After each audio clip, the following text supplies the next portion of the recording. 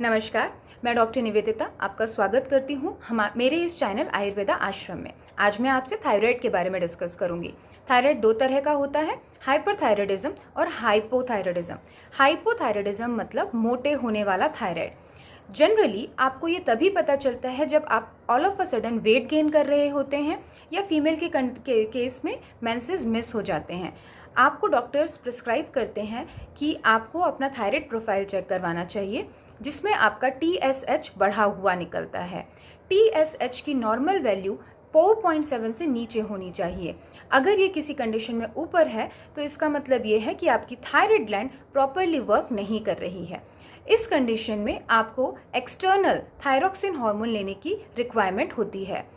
लेकिन अगर आपका TSH अभी अभी बढ़ना शुरू हुआ है तो अपने खाने पीने से, अपनी फिजिकल एक्टिविटीज से कुछ ऐसी चीज़ों को जो आपको नहीं लेना चाहिए वो अवॉइड करके आप अपने थायराइड को नॉर्मल कर सकते हैं।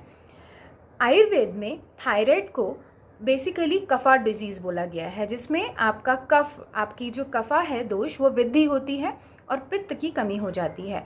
तो आपको कफ को बढ़ाना नहीं है, कफ को कम करना है और पित्त को बढ़ाने वाली ऐसी सारी मेडिसिन या ऐसी सारी चीज़ें करनी है जिससे पित्त बढ़े। क्या करना है? रात में आप साबुत धनिया और साबुत मेथी को 1 ग्लास पानी में भिगो दें और अगले दिन सुबह उसे उबालें, छानें और उस पानी को आप खाली पेट सुबह लें।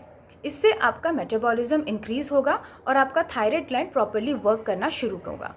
आपको कुछ चीज़ें नहीं लेनी होती हैं, जैसे क्रूसीफेरस वेजिटेबल्स, जैसे कि आपको मशरूम्स, गोभी या फिर सोया नहीं लेना है। आप इसकी जगह दूसरी चीज़ें ले सकते हैं। इसके साथ में कुछ प्राणायाम, जैसे कि अगर आप प्राणायाम करते हैं तो आपकी थायराइड ग्लैंड में ब्लड सर्कुलेशन इंक्रीज होता है और आपका थायराइड ठीक होने की कंडीशन में आता है। तो आपको कुछ चीज़ें फॉलो करनी है और अपनी डेली रूटीन में इनकॉर्पोरेट करनी है, जिससे आप अपने थायराइड को ठीक कर सकते हैं। आपके थायराइड की वैल्यूज़ को आपको समझना बहुत ज़्यादा ज़रूरी है। TSH आपका 4.7 से ज़्यादा है लेकिन 7 से कम है, तो आप ये सारे उपाय करके अपने थायराइड की मेडिसिन बिना लिए ठीक हो सकते हैं। लेकिन अगर आप मेडिसिन ले रहे हैं और फिर ये वैल्यू 7 के आसपास है, तो इसका मतलब आप अभी मेडिसिन कंटिन्यू कीजिए, उसके साथ में ये चीज़ें लाइफस्टाइल मॉडिफिकेशंस कीजिए। डेफिनेटली धीरे धीरे आपकी जो थायराइड की मेडिसिन है वो कम होती जाएगी और आप देखेंगे कि आपकी बॉडी रिस्पॉन्ड करना बहुत अच्छे से शुरू कर रही है। मेंसेस आपके आने शुरू हो चुके हैं रेगुलर बेसिस पे।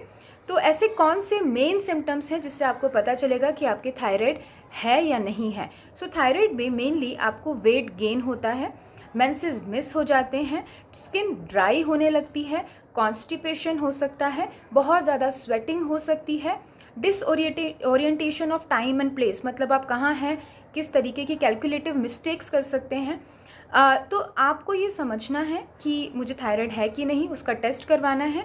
अगर आपका थायराइड माइल्ड है, हल्का है, तो आप डाइट में मॉडिफिकेशंस करके, कुछ चीज़ों को इनकॉर्पोरेट करके, जैसे स्पाइसेस, जब आप स्पाइसेस इंक्रीज करते हैं या लेना शुरू करते हैं तो आपका पित्त इंक्रीज होता है और आपकी बॉडी में थायराइड हार्मोन जो है वो बनना शुरू हो जाता है। तो आप चाहें तो अपने घर पे ही त्रिकटु पाउडर बना सकते हैं या मार्केट में त्रिकटु इजीली मिलता है, आप वो ले लीजिए और उसको आप 2 गोली सुबह 2 गोली शाम को लीजिए। इससे भी आपका थायराइड ग्लैंड एक्टिवेट होगा। तो इसी तरीके की कुछ इंटरेस्टिंग इन्फॉर्मेशंस के लिए आप मेरे इस चैनल पर जुड़े रहें। मैं लगातार डिफरेंट डिजीजेस को लेके आऊँगी और उनकी नेचुरल रेमेडीज़, जो नेचुरल होम रेमेडीज़ हैं, आपको उनको बताऊंगी, उनको आपको मैं शेयर करूंगी, जो आप फॉलो कर पाएंगे और डेफिनेटली आपको अच्छे रिजल्ट्स मिलेंगे। धन्यवाद।